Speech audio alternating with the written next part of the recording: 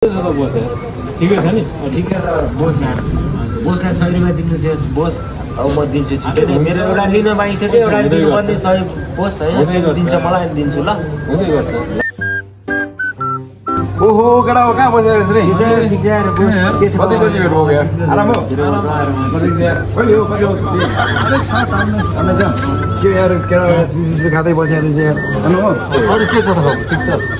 मैले अस्ति यार तिमीलाई यार 100 रुपैयाँ दिन मागेको थिएँ यार भाइ साथी आज अरे छ हैन 200 थियो 200 ल ओके साथी के छ अब आज पछि दिनु है बोस मैले 200 दिनु थियो नि त 100 बोस यार धन्यवाद 100 भयो नि पुग्छ यार बोस 100 रुपैयाँ बोस तपाईलाई मैले 100 रुपैयाँ बाँकी 200 दिनु बाँकी थियो 100 रुपैयाँ दिएँ अनि पछि बाँकी ओके सर ओहो हो र बोस हो र बोस मैले पाएँ मेरो हिसाब क्लियर हो त बोस 100 बाँकी थियो नि हो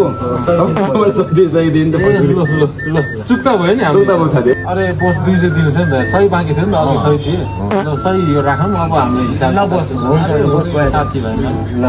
हजुरलाई अब म 100 रुपैयाँ 200 दिनु बाँकी थियो 100 रुपैयाँ दिइसकेको छु 100 रुपैयाँ आज दिए कट्टा भयो ल बोस है 100 रुपैयाँ दिए बराबर भयो ल बोस अब हजुरको काम आफै गर्दैछु हजुरले 100 रुपैयाँ दिएर बोस कट्टा कट्टा गर्नु मैले यता दिएँ